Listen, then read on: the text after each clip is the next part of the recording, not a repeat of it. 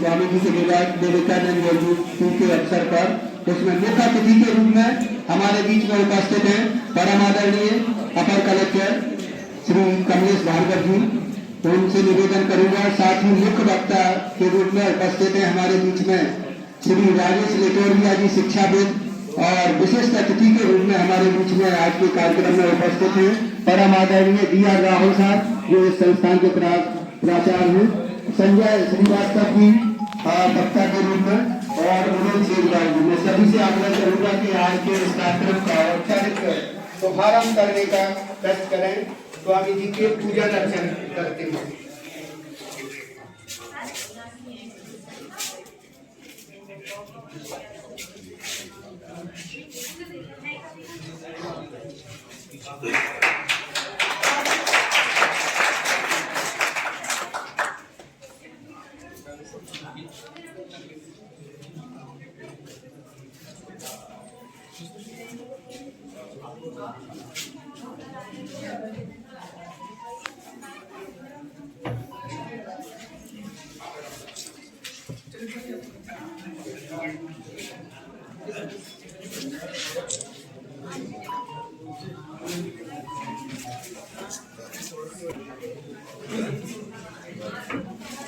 करने के लिए मैं आग्रह करूंगा परम आदरणीय मुझे शेरवाल जी से, वो आज के कार्यक्रम के मुख्य अतिथि परम आदरणीय सीओ साहब श्री कमलेश भार्गव जी का माल्यार्पण कर स्वागत करें।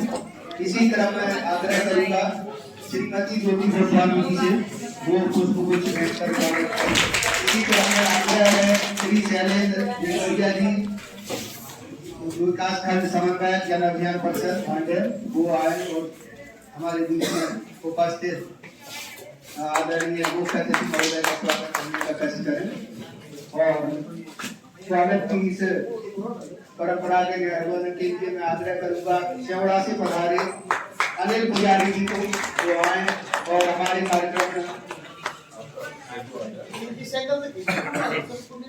उपस्थित।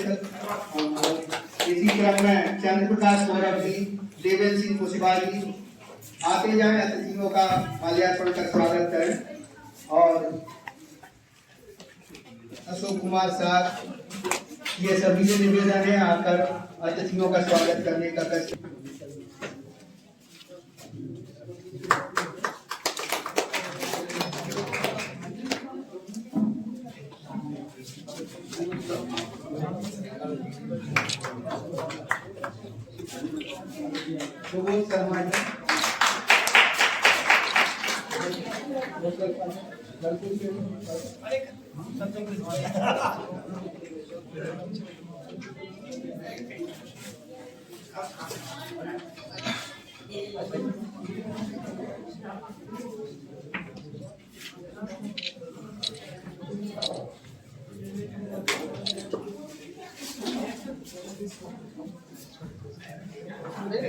श्री शेरवाल जी से कि वो आए और अतिथियों का स्वागत भाषण के माध्यम से करने का कष्ट करें, साथ ही कार्यक्रम प्रतिवेदन भी प्रस्तुत करें।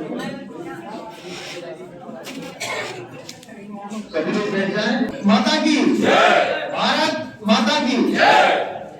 जैसा कि हम सबको भेंट है और हम सब जितने भी लोग यहाँ बैठे सब युवा और युवाओं के जो रूप स्वरूप है, जो मन और कर्म से और वचन से युवाओं की शक्ति है, ऐसे तपस्वी स्वामी विवेकानंद जी की 161वीं जन्म जयंती वर्ष है, जिसमें आज मध्य प्रदेश जन्मयान परिषद द्वारा व्याख्यान कार्यक्रम का आयोजन किया गया है, जिसके कार्यक्रम में आज इस कार्यक्रम में मुख्य अतिथि परम सम्मानीय हमारे जिले के अपर कलेक्टर महोदय एवं मुख्य कार्यपालन अधिकारी जिला पंचायत दतिया से श्री कमलेश भार्गव साहब जी का मैं इस गरिमा में कार्यक्रम में बहुत बहुत स्वागत, वंदन, अभिनंदन करता हूँ। समय निकालकर, एक ट्रेनिंग चल रही उसमें समय निकालकर आप और हम सबके बीच में उपस्थित हुए, क्योंकि सर यहाँ की प्रत्येक चीज में उनकी भागीदारी है। छोटे से छोटा काम और बड़े से बड़े सा भी काम जो कोई नहीं कर पा रहा है, वो आदरणीय सर के माध्यम से बड़ी सरलता हो जाता है। ग्रामीण व्यवस्था में जो विकास कार्य चल रहे हैं सब बड़ी सुगमता से उसको कर रहे हैं। तो अपने सौभाग्य है कि अपन ऐसे अधिकारी अपने बीच मिले जो सहज और सरल रूप से हर विभाग के साथ उपस्थित रहते हैं। और इस कार्यक्रम में आज के मुख्य वक्ता परम सम्मानीय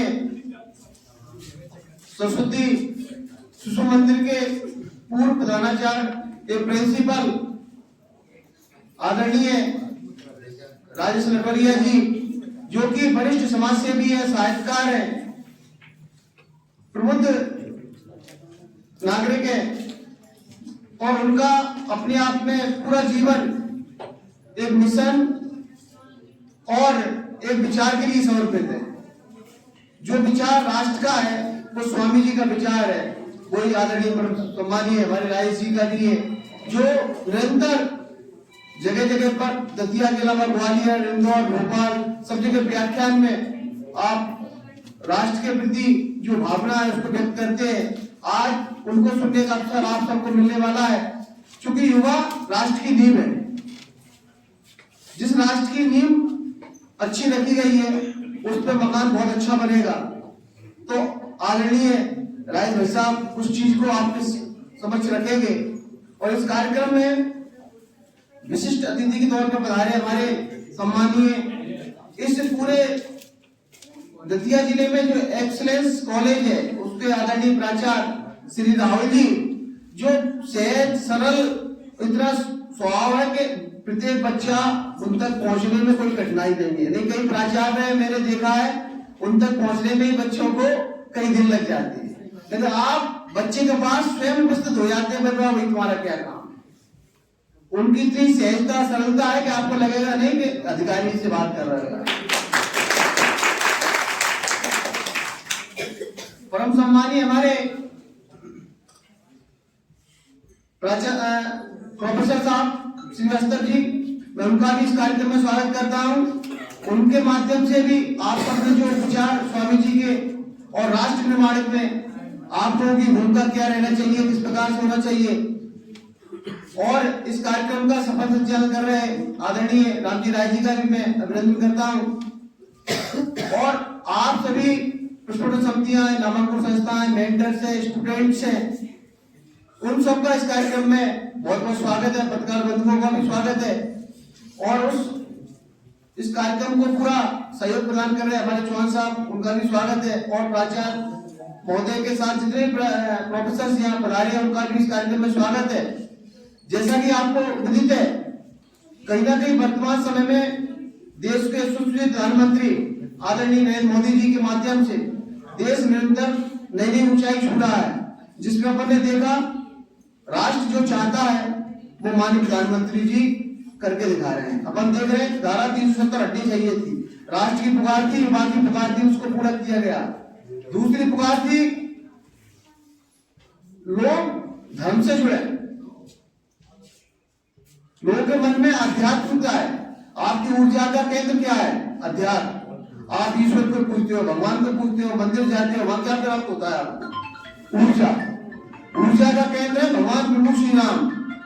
अयोध्या में देखा 22 जनवरी को विशाल और दिव्य भव्य स्वरूप में भगवान रामलला विराजमान हुए। कहीं ना कहीं सदियों की तपस्या थी वो प्रधानमंत्री परम श्रद्धेय मोदी जी के माध्यम से पूरी हुई है और राष्ट्र की पुकार थी। आप सबका उसमें योगदान है। जो जो पुकार आप करोगे युवा निर्माण के लिए, वो यहाँ की सरकार, यहाँ का प्रशासन आप सब लोगों को सहयोग करेगा। आज के समय में जो स्वामी जी के विचारों को आप सबके मत रखेंगे, हमारे आदरणीय वक्ता जी, वो आगे का विषय रहेगा। और हर व्यक्ति को राष्ट्र के निर्माण में अपना योगदान देना है, मेरा इतना अपील है। वो राष्ट्र का योगदान आप कैसे दे सकते हो? सबसे अच्छे नागरिक बनो, दूसरा, हर व्यक्ति नशा मुक्त, कि जो महिलाओं का, बेटियों को सम्मान करेगा, ईश्वर उसका सम्मान करेगा। अच्छी सोच, अच्छी नियत, अच्छे संस्कार अगर अपने तो अपने बालक के भी होंगे, बालिका के भी होंगे। इस अवसर पर सम्मानीय मंच का मैं बहुत बहुत स्वागत करता हूं। धन्यवाद। बहुत बहुत आभार परम आदरणीय मुनीन्द्र सेजवाल जी। निश्चित तौर पे आपने स्वामी जी के जो वर्तमान में जरूरत, उनके प्रासंगिकता की है, उस पर अपने विचार रखे। साथ ही सभी का, अतिथियों का और यहाँ प्रतिभागियों का स्वागत, वंदन और अभिनंदन किया, उसके लिए आभार। और निश्चित तौर पे जब यहाँ जिस तरीके से युवा साथी हमारे बीच में बैठे हैं, उन सब बैठ जाए आप लोग, ठीक है। तो मैं बिना विलंब के आग्रह करूंगा, हमारे बीच में परम आदरणीय प्रखर और ओजस्वी वक्ता के रूप में एक अवसर मिला है हमें, ऐसे व्यक्तित्व जो अपने आचरण में खुद समेटे हुए बहुत सारे बहुआयामी प्रतिभाओं को, आप कवि भी हैं, आप साहित्यकार भी हैं, आप संगीतज्ञ भी हैं, और अभिनय भी लोगों से करा देते हैं, खुद भी कर देते हैं। माने तो बहुत आयामी प्रतिभाओं के धनी परम आदरणीय हमारे बीच में आज के मुख्य वक्ता के रूप में श्री राजेश लिटोरिया जी, बड़े भाई साहब, वो आए और अपनी प्रेरणादायी ढंग से हमारे युवाओं को मार्गदर्शित करने का कष्ट करें। परम आदरणीय राजेश लिटोरिया जी।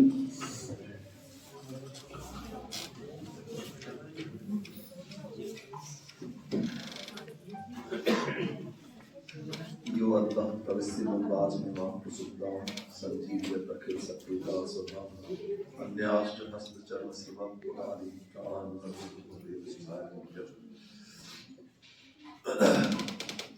वीणा पाणी भगवती मां शारदा के चरणों में नमन।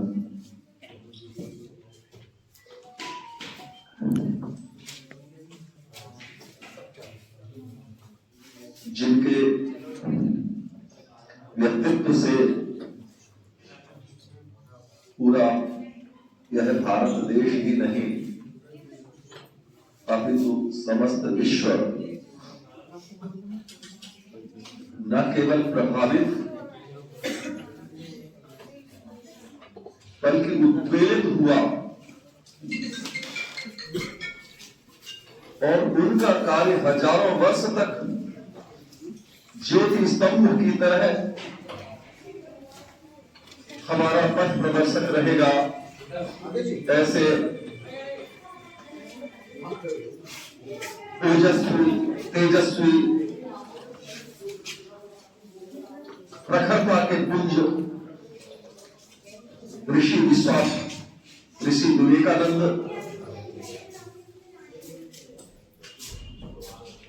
उनको मैं नमन करता हूं। इस समारोह में मंचस्थ हमारे आज के कार्यक्रम के सम्माननीय मुख्य अतिथि श्री कमलेश जी, हमारे आदरणीय प्रिंसिपल साहब राहुल जी, श्री मुनीन्द्र जी,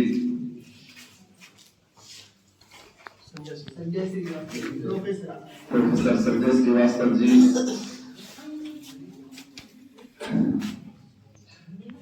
श्री शैलेंद्र लिटोरिया जी, और क्षमा याचना करते हुए जिनके मैं अगर सबके नाम यहाँ लूं तो शायद बहुत समय इसी में जाएगा और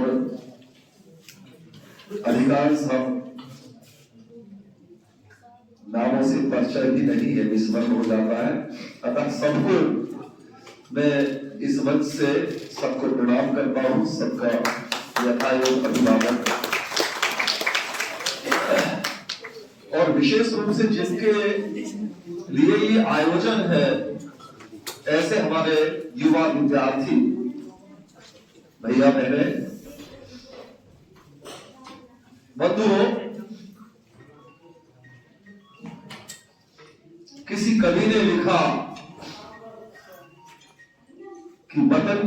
बात जो बताने लगेंगे तो पत्थर भी आंसू बहाने लगेंगे। कहां खो गई भीड़ में पहचान अपनी, जो ढूंढे उसे तो जमाने लगेंगे।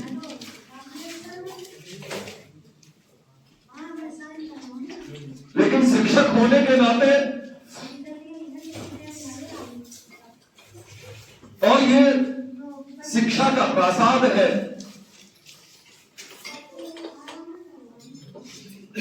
केवल व्यथा गायन करने से काम नहीं चलेगा।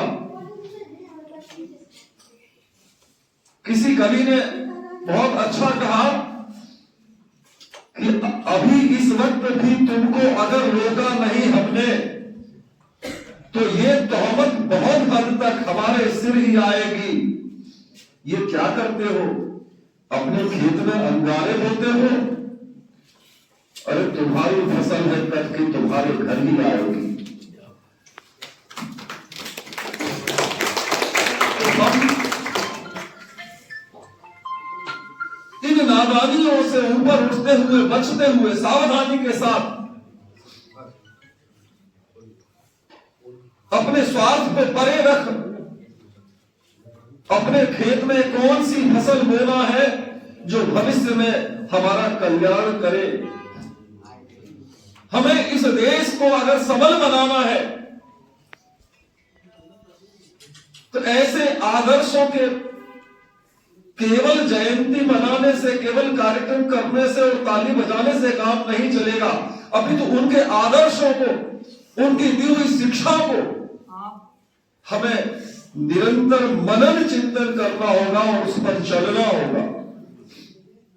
स्वामी विवेकानंद जी का जो महत्वपूर्ण संदेश, मैं उसी से अपनी बात शुरू करूंगा। शब्द सा मैं उन्हें सुनाता हूं, आपको कोट करता हूं।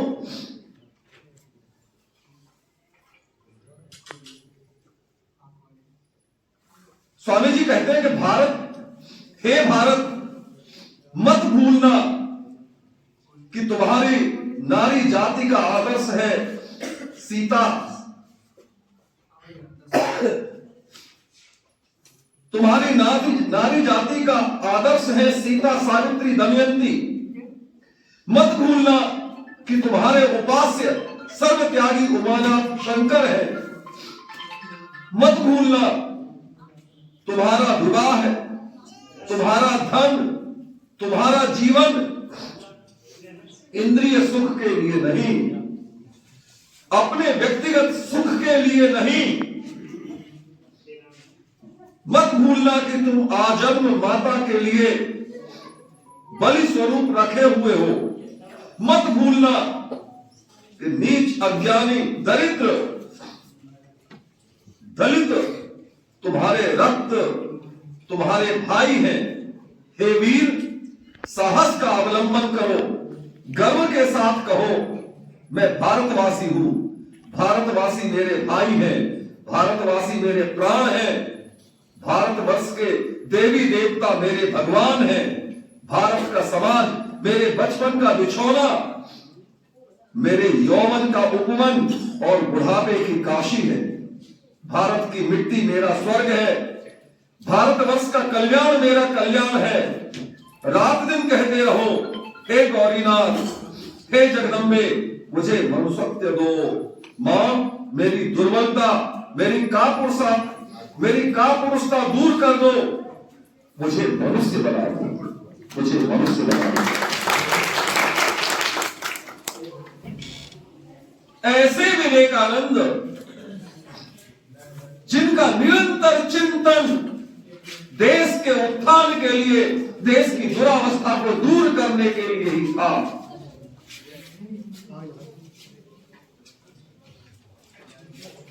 मकर संक्रांति के दिन 1863 में उनका जन्म हुआ और जन्म एक संपन्न परिवार में हुआ। पिता विश्वनाथ दत्त एक प्रसिद्ध वकील थे और बहुत बड़े विद्वान भी थे। विद्वान थे, प्रसिद्ध थे, वकील थे, इसके साथ साथ अंतर्मन से बहुत उदार भी थे। तमाम उनके संबंधी उनका आश्रय पाते थे। ऐसे संपन्न परिवार में बालक का जन्म हुआ। कहते हैं कि माता ने काशी में वीरेश्वर महादेव से प्रार्थना करवाई थी बालक के जन्म के लिए, और जब इनका जन्म हुआ तो उन्हीं अपने उपास्य वीरेश्वर महादेव के नाम पर इनका नाम बचपन में वीरेश्वर रखा। और वीरेश्वर, हम जानते हैं हमारे परिवारों में नाम जो होता है उसे स्नेह से, प्रेम से कुछ बिगाड़ दिया जाता है, तो बचपन में इन्हें विले कहा जाता था, वीरेश्वर की जगह विले कहा जाता था। बचपन से ही इतने उत्पाती थे, बहुत चंचल बुद्धि थी, असीम अपार ऊर्जा के धनी, तो स्वाभाविक रूप से चंचल होंगे। और जब बहुत अशांत, बहुत उपद्रवी, बहुत उथल पुथल करने वाले होते थे, तो मां इन्हें शांत करने के लिए इनके सिर पर जल चढ़ाते हुए शिव शिव शिव शिव बोलती थी, तब ये शांत होते थे। तो मां कई बार कहती थी कि हमने तो महादेव से पुत्र मांगा था, उनने अपना कोई भूत भेज दिया। थोड़े बड़े हुए, नामकरण संस्कार हुआ, यज्ञोपवीत संस्कार हुआ, अन्नप्राशन तो बहुत पहले हो जाता है। नामकरण संस्कार के समय इनका नाम रखा गया नरेंद्र नाथ दत्त, नरेंद्र नाम हुआ, और जिन्हें स्नेह से, प्रेम से नरेंद्र कहते थे करके। बचपन से ही बड़े प्रतिभाशाली, किसी भी चीज को आंख बंद करके नहीं मानते थे कि हमने कहा इसलिए मान लो, नहीं, तर्क की कसौटी पर कस करके ही उसको स्वीकार करते थे। भय तो इन्हें छू के नहीं गया था। पड़ोस के बगीचे में एक चंपा का पेड़ लगा था बड़ा, बच्चे दिन भर उस पर उत्पात करते, तो जो इनके मित्र थे, बचपन के साथी, उनके दादाजी ने देखा बच्चे बहुत उधम करते, डांटने से इनका असर नहीं होता, मना करने से मानते नहीं, तो उन्होंने सब बच्चों को बुला के बड़े गंभीरता से कहा, सुनो, ये चंपा का पेड़ है ना, इस पर एक बड़ा भारी ब्रह्म राक्षस रहता है, बड़ा प्रेत रहता है, और जो इसकी फूल पत्ती तोड़ता है वो ब्रह्म राक्षस उसकी गर्दन मरोड़ देता है। तो सारे बच्चे तो भयभीत होकर भाग गए। नरेंद्र ने कहा चलो वहां खेलते हैं, तो सब बच्चों ने मना कर दिया, अरे वहां पे ब्रह्म राक्षस है, हमारी गर्दन मरोड़ देगा। तो बोले चलो हम आगे चलते हैं। तो सारे बच्चे डरे हुए दूर खड़े थे, ये जाके उस पेड़ पे चढ़ गए, उसके फूल तोड़े, पत्तियां तोड़ी, कुछ डालियां भी तोड़ दी। बोले देखो, ब्रह्म राक्षस होता तो पहले मेरी गर्दन मरोड़ता ना, तुम क्यों डरते हो, आ जाओ। पड़ोसी ने सिर पीट लिया, उनके माता पिता से कहा कि भैया ये बच्चा तो भूत से भी नहीं डरता।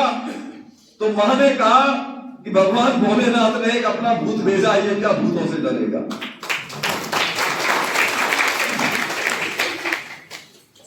और बाद में विवेकानंद जी ने कहा है कि यदि तुम धार्मिक हो, यदि तुम आस्थावान हो, तो तुम निर्भीक हो।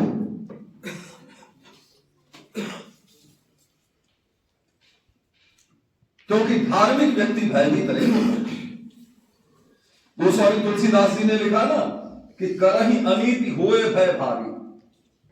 जो अनीति के मार्ग में चलता है, जो अनीति करता है, अधर्म करता है, वो भयभीत होता है। लेकिन जो विद्या का उपासक है, जो धार्मिक है, उसके लिए तो मां शारदा अभयदान दिए बैठी है। हमारे सारे देवता कहते हैं अभय हो जाओ।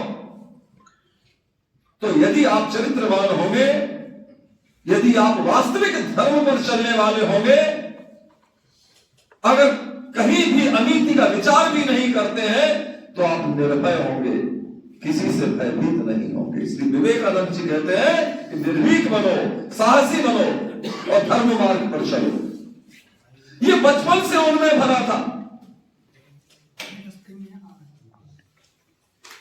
कई उनके संस्मरण, उनकी घटनाएं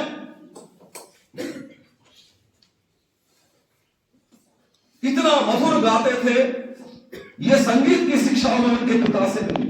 इनके पिता भी बहुत अच्छे गायक थे, अच्छे वकील होने के साथ साथ संगीत प्रिय था, गाते थे। प्रारंभिक शिक्षा उनके पिता से। इसके बाद इनकी रुचि और इनकी पात्रता देखते हुए कलकत्ता के नामी जो शास्त्रीय संगीत के उस्ताद कहलाते थे, उनके द्वारा इनकी शिक्षा न केवल गायन की वरन पखावज की भी शिक्षा इन्होंने प्राप्त की। तो शास्त्रीय संगीत के लिए अच्छे ज्ञाता थे और इसी संगीत ने ही इनकी भेंट स्वामी रामकृष्ण परमहंस से करवाई। Swami Ramakrishna Paramahamsa Scottish church college जो था, जहां से इन्होंने हायर सेकेंडरी उस समय की और बीए की परीक्षा पास की, उस कॉलेज के जो प्रिंसिपल थे विलियम हेस्टी, तो हेस्टी साहब ने एक बार, आंग्ल भाषा के, अंग्रेजी के बहुत बड़े विद्वान थे, कोई उस दिन अंग्रेजी के प्रोफेसर नहीं आए थे तो उन्होंने स्वयं जाके क्लास ली और कोई दर्शन के ऊपर कोई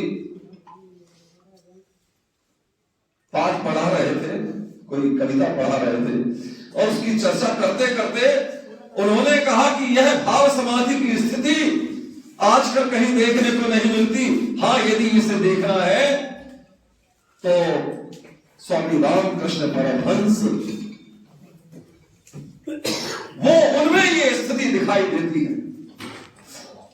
उन्हें देख करके जाना जा सकता है कि समाधि क्या होगी। तो प्रथम नाम चर्चा, प्रथम परिचय रामकृष्ण परमहंस जी का इनके प्रिंसिपल साहब के माध्यम से इन्हें हुआ।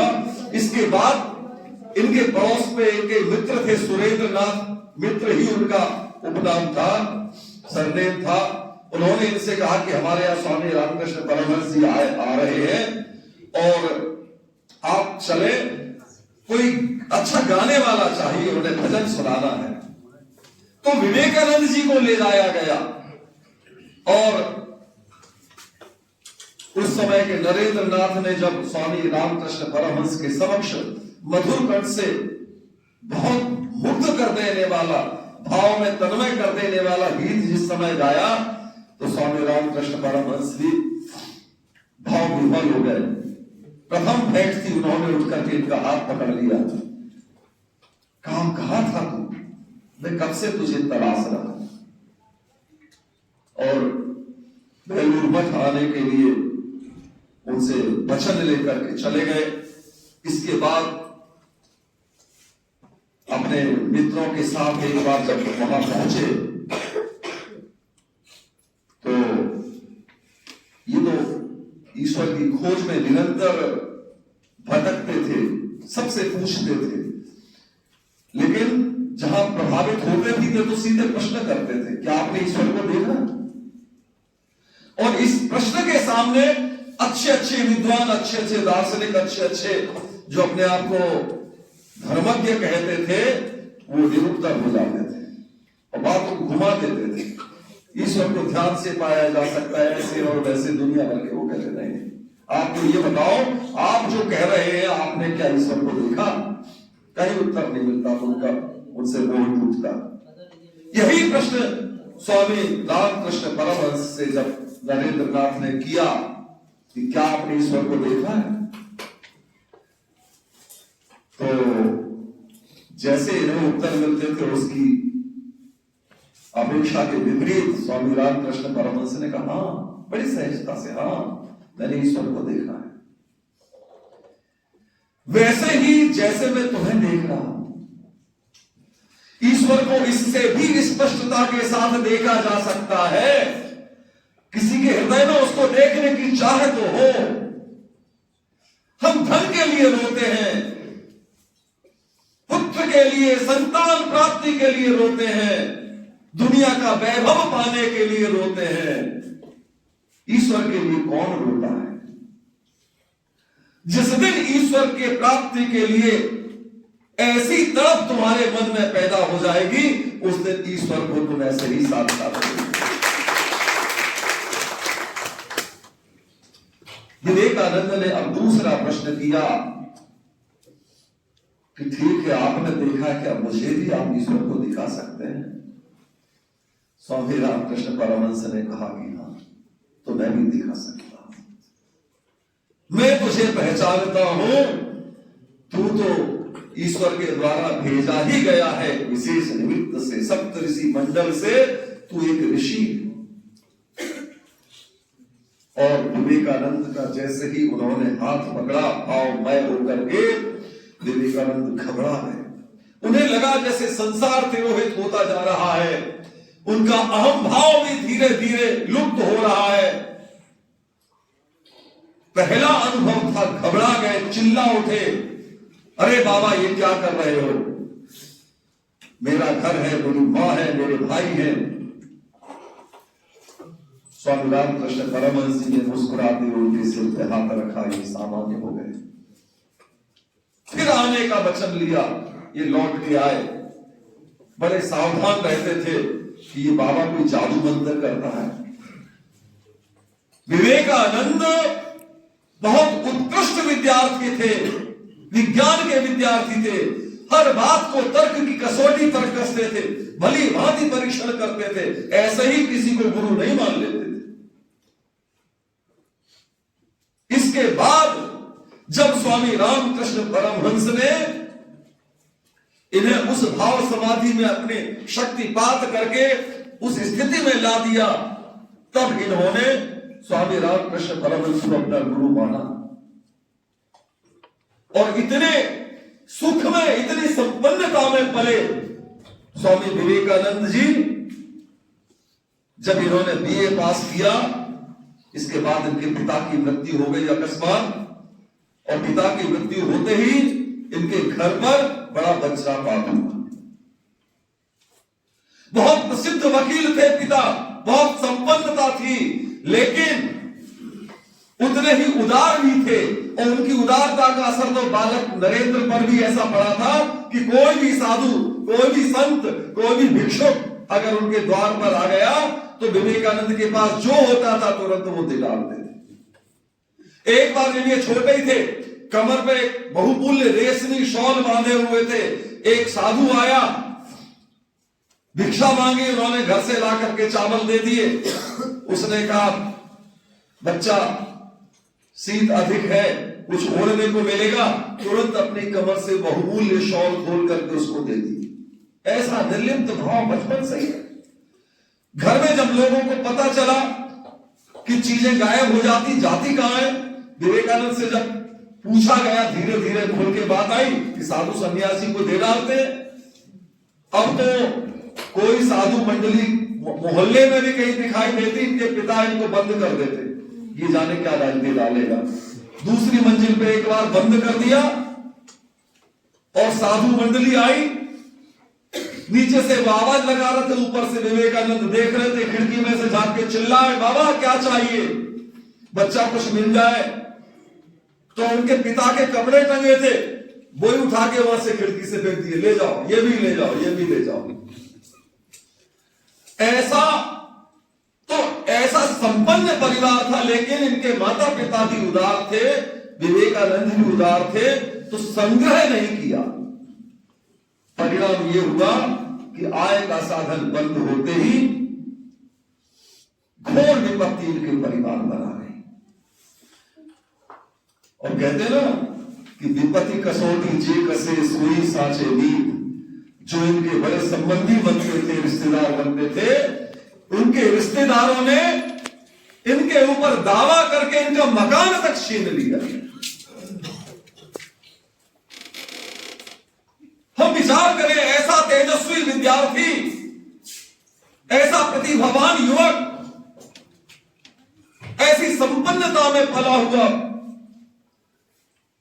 लेकिन पिता की मृत्यु के बाद घर में जो विपत्ति आई कि घर तक नहीं बचा, अपने भाई बहनों को, अपने मां को लेकर के नाना के यहां जाकर के शरण ली। और तब विवेकानंद ने वो स्थिति देखी कि घर में खाने को भी नहीं होता था। सवेरे उठ करके जाकर के पहले भंडार घर में देखते और देख लेते कि खाने को कुछ नहीं है, तो मां से कहते, मां मेरा एक जगह निमंत्रण है, और नहा धो के निकल जाते। दिन भर भूखे रहते। पिता की सूतक के 10 दिन भी पूरे नहीं हुए थे। आज तो वो स्थिति नहीं है, सब 10 में रिवाज बदलते जा रहे। पहले 10 दिन का सूतक होता था, और सूतक रहते कोई पैर में चप्पल जूते नहीं पहनता था।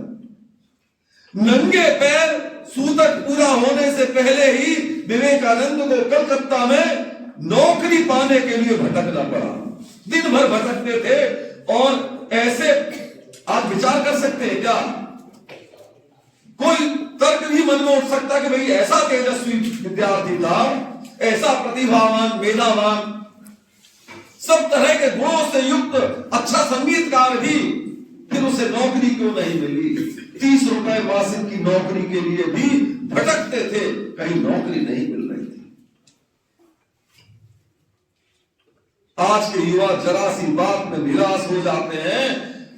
योग्यता पाई नहीं, संघर्ष करना जानते नहीं। लेकिन विवेकानंद से सीखें। कई कई दिन तक भूखे रहे। परमहंस जी से कहा जाकर के कि आप तो काली मां से बात करते हैं, मां से कहें मेरी विपत्ति दूर करें। स्वामी रामकृष्ण परमहंस जी ने मुस्कुरा के कहा, जा तू मां से मांग ले, मां तेरी बात भी मानेंगी, जा। विवेकानंद जी काली मां के सम्मुख गए, और जैसे उनके सम्मुख पहुंचे, हाथ जोड़े, वैसे ही सब भूल गए। उनके मुंह से निकला, मां मुझे भक्ति दे, ज्ञान दे, वैराग्य दे। जो नेत्र खोले, ध्यान आया, अरे मैं क्या मांगने आया था, क्या मांग लिया, लौट के आए। गुरुजी ने कहा, मांगा? गुरुजी, मां के सामने जाते ही मैं भूल जाता हूं, मुझे तो केवल ज्ञान और वैराग्य ही मांगने की इच्छा होती। फिर भेजा। ऐसा 3 बार हुआ। तीनों बार विवेकानंद मां के सामने जाके जैसे ही हाथ जोड़ते, वैसे कहते, मां मुझे भक्ति दे, ज्ञान दे, वैराग्य दे, और लौटा। स्वामी रामकृष्ण परमहंस जी ने कहा कि तू जिस निमित्त भेजा गया है, वह निमित्त तो होकर ही रहेगा, लेकिन जा, मैं मां से कह दूंगा, तुझे आज से अन्न वस्त्र की कमी नहीं होगी, तेरे परिवार को। उस स्थिति का सामना करते हुए विवेकानंद बढ़े हुए। शायद ये नियत थी, परमात्मा की इच्छा थी कि ये माया है, ये संसार है, इसको अपनी आंखों से देखे, वास्तविकता को जाने। और विवेकानंद ने अपनी आंखों से वह स्थिति देखी। इसके बाद भी उनके मन में कोई प्रतिक्रिया, कोई नफरत, कोई सामाजिक विद्वेष की भावना पैदा नहीं हुई। जो आजकल के युवा, बात बात में वर्ग संघर्ष की बात आ जाती है, विद्वेष की बात आ जाती है, युवाओं के नाम पर नफरत फैलाने की बात आ जाती है। संसार को उनका वश चले तो समाज को छिन्न भिन्न कर डालें, समाज को जला डालें, देश में आग लगा दें। विवेकानंद इसके बाद भी सेवा भाव से भरे हुए संसार में प्रेम बांटने के लिए कृत संकल्पित थे। बाद में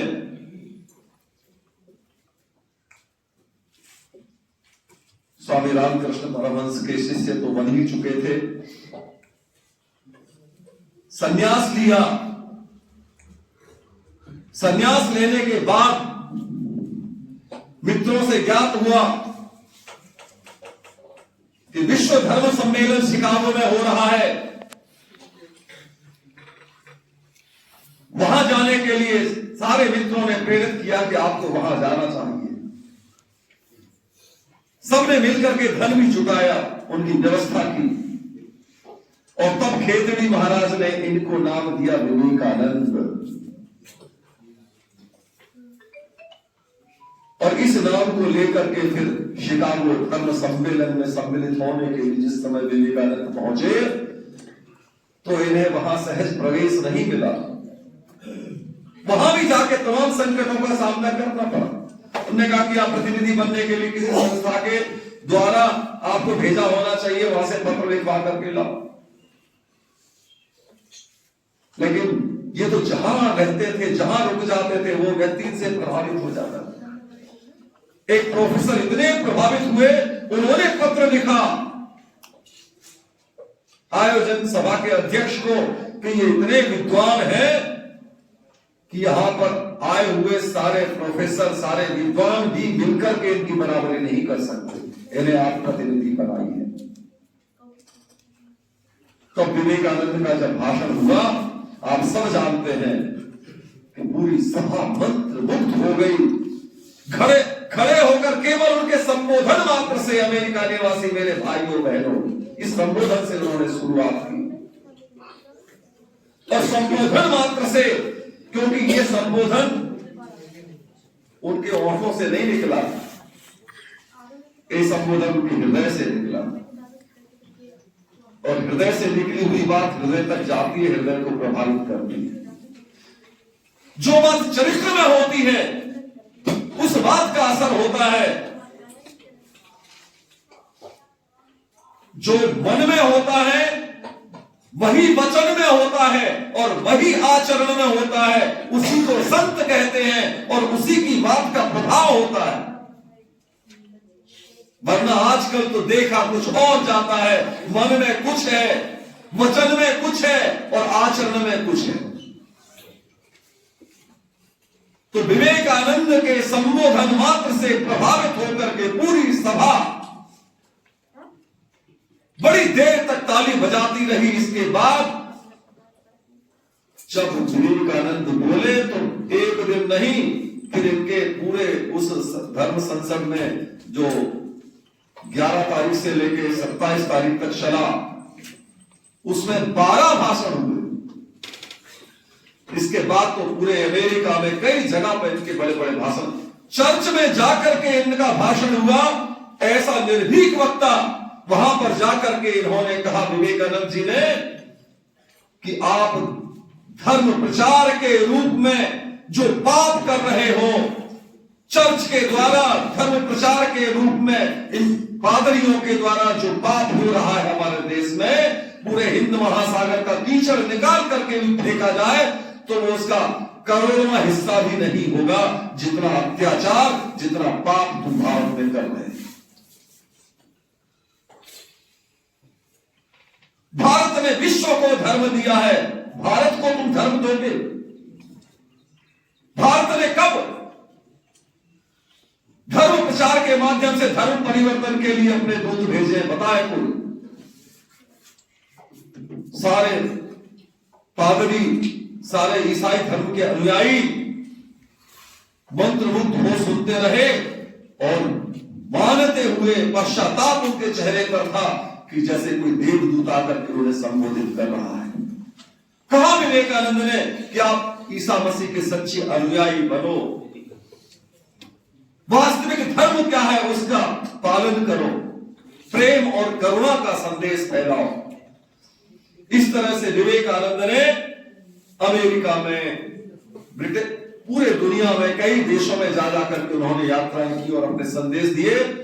लौट करके जब भारत आए तो सब जानते हैं जहां से इन्होंने यात्रा शुरू की थी, भारत के तट पर घंटों जाकर के जहाज से कूद करके और भारत भूमि की रेत में लूट पोटते कि हे मां मैं तुझसे इतने दिन अलग रहा। भारत की भूमि से इतना प्रेम था विवेकानंद, उन्होंने संपूर्ण जीवन जिया।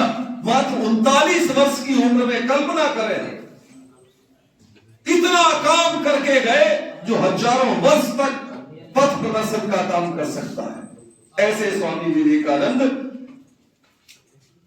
भारतीय नारी के बारे में, भारतीय युवाओं के लिए अपने शिष्यों से उन्होंने कहा कि जब तक भारत आध्यात्मिक की खोज में लगा रहेगा, ईश्वर की खोज में लगा रहेगा, तब तक भारत अमर रहेगा। और जब भारत वर्ग संघर्ष में, सामाजिक संघर्ष में, राजनीति के स्वार्थपरक अंधी दौड़ में शामिल हो जाएगा, तब भारत नष्ट होने लगेगा, जो हम आज देख रहे हैं। इसलिए विवेकानंद की शिक्षा को मानते हुए, उनके संदेश को मानते हुए, उनके व्यक्तित्व से प्रेरणा लेते हुए, इतना विराट व्यक्तित्व है कि घंटों बोला जाए तब भी कम पड़े, लेकिन संक्षेप में, वैसे मैं बहुत बोल चुका हूं, आपको बहुत अधिक समय नहीं लेते हुए केवल कि हम वास्तविक रूप से विवेकानंद के व्यक्तित्व को जानते हुए, ये व्यक्तित्व की झलक, ये उनके जीवन के कुछ घटनाएं सिर्फ इसलिए रखी कि जब कहते हैं कि ईश्वर के जब हम दर्शन करते हैं तो इसलिए कहते हैं कि दर्शन करने से उनके व्यक्तित्व का हमारे मन पर प्रभाव होता है, हम वैसा बनने का प्रयत्न करते हैं। तो जब हम देखते हैं, उनके बारे में सोचते हैं, उनको सुनते हैं, तो उन जैसे बनते हैं। और जब उन जैसे बनने का प्रयत्न करते हैं तो स्वाभाविक रूप से विवेकानंद तो कहते थे कि मुझे ऐसे 100 युवा मिल जाए तो मैं भारत की दशा और दिशा बदल दूंगा। तो विवेकानंद जैसे बनने का प्रयत्न करें। विवेकानंद की शिक्षाओं को अपने मन में मनन चिंतन करते हुए व्यवहार में लाने का प्रयत्न करें, और इसके लिए एक ही बात की भारत से प्रेम करें। हम भारत माता की जय बोलते हैं तो विचार करें कि इस भारत माता की जय कैसे होगी। केवल जय मुंह से कह देने से भारत माता की जय होगी क्या? भारत की संस्कृति की जय हो,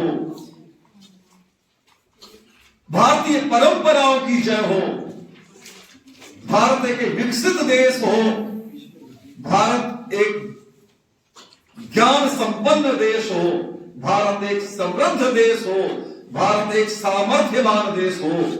और ये तब होगा जब ये युवजन, हमारी बहनें, हमारे भाई, ये सब सामर्थ्यवान बने। अभी पहले हमारे प्रोफेसर साहब बोल रहे थे ना कि हम मल्लशाला में जाकर के अपने शरीर को बलिष्ठ बनाने के लिए समय व्यतीत करें, ना कि मोबाइल को लेकर रात भर जगने से। इससे तो हमारा शरीर ही नष्ट होगा।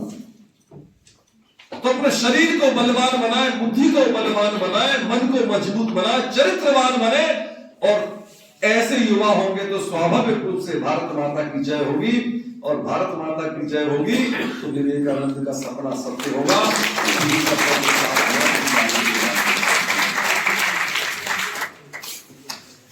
भारत माता की जय। वंदे मातरम। वंदे मातरम। इस ओजपूर्ण और तेजपूर्ण व्याख्यान के बाद जो ऊर्जा आप लोगों में और हम में आई होगी, निश्चित तौर पर एक पथ प्रदर्शन का काम हमें आएगी। तो परम आदरणीय अग्रज श्री जिटोरिया जी को इस मंच की तरफ से और पूरे सदन की तरफ से बहुत बहुत सहृदय आभार कि आपने इतना ऊर्जस्वी और तेजस्वी वक्तव्य हम लोगों के बीच में रखा। अब मैं आग्रह करूंगा हमारे बीच में आज के कार्यक्रम के मुख्य अतिथि परम सम्मानीय आदरणीय श्री कमलेश भार्गव जी, जो जिले में आमंत्रित करता हूँ। तो प्रेरणादायी उद्बोधन से हमको आगे सम्मानीय मंच और उपस्थित युवा पीढ़ी, रविन्द्रनाथ टैगोर ने कहा था, भारत को अगर समझना है तो स्वामी विवेकानंद को पढ़ना होगा,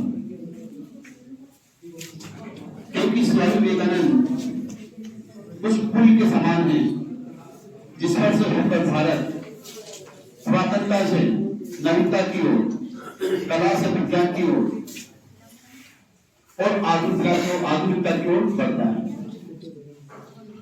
विवेकानंद अपने आप में विराट व्यक्तित्व के धनी थे। जब वो विदेश जाने वाले थे तो रामकृष्ण परमहंस की जो पत्नी थी उनसे मिलने के लिए आए। वो मिलने के पहले कुछ काम कर रही थी। वो टेबल पे चाकू रखा था, चाकू की मुठ हत्ता उस तरफ था। उनने कहा नरेंद्र ये चाकू मुझे देना।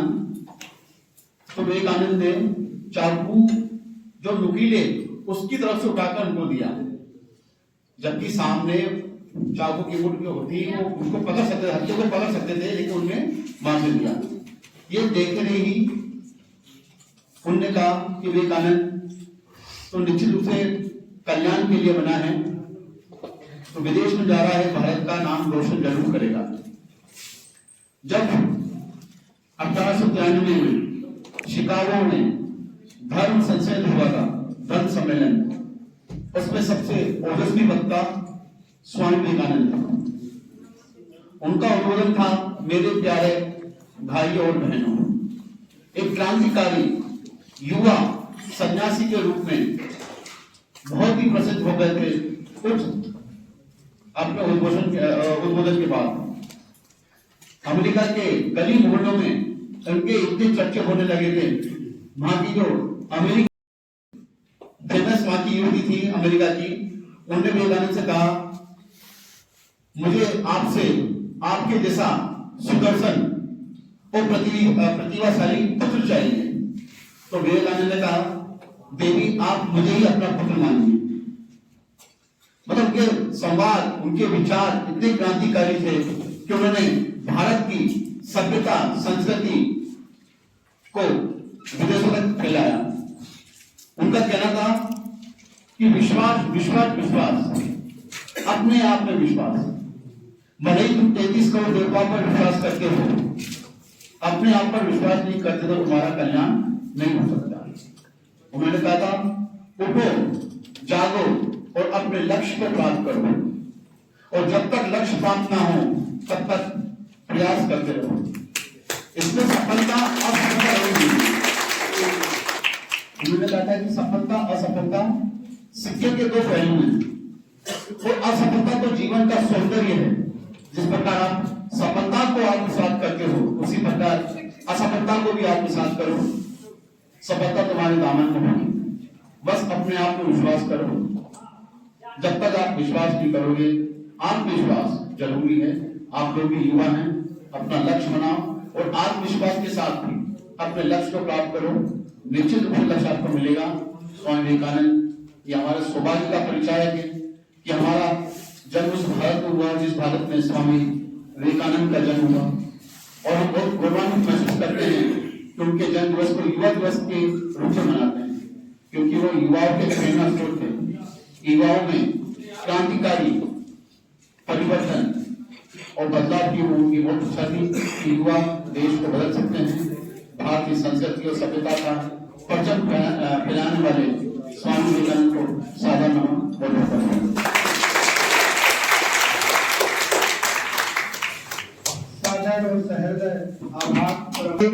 और बीसी ज्योति गोस्वामी जी और बीसी शैलेंद्र गोलिया जी और उदित सर आए और आज के कार्यक्रम के मुख्य अतिथि महोदय को स्मृति चिन्ह प्रदान कर इसी क्रम में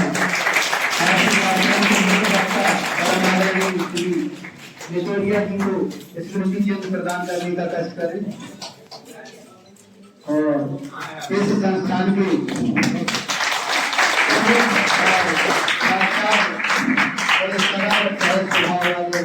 आदरणीय राहुल साहब को भी स्मृति चिन्ह प्रदान कर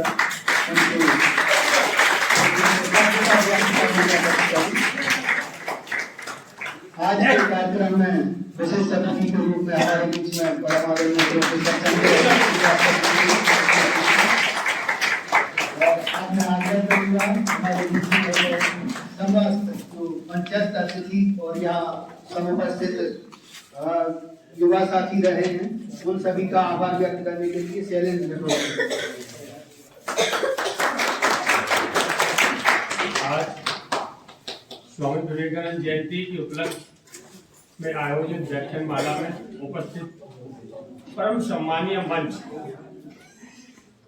में जनअभियान परिषद जिला दतिया की ओर से परम सम्मानीय मंच का बहुत बहुत आभार व्यक्त करता हूं, जो आपका सहयोग और मार्गदर्शन हम सब लोगों को मिला। मैं एक पुनः मंच का सम्मान करता हूं और आभार व्यक्त करता हूं। हमारे आज इस व्याख्यान माला कार्यक्रम में उपस्थित हमारे समस्त तमाम संस्था के साथियों, मेंटर्स, CMCLDP स्टूडेंट और इस महाविद्यालय के छात्र छात्राओं, निश्चित रूप में आप सब लोगों ने आज स्वामी विवेकानंद जी के व्याख्यान माला में जो जोश और ओश के साथ उनके आचरण को सुना, निश्चित रूप में आप सभी लोग उसको अमल करें और इस ऐसे कार्यक्रम में हम सभी को आप सब लोग ऐसा ही सहयोग देते रहे। इसके लिए आप सभी का बहुत बहुत आभार व्यक्त करता हूँ।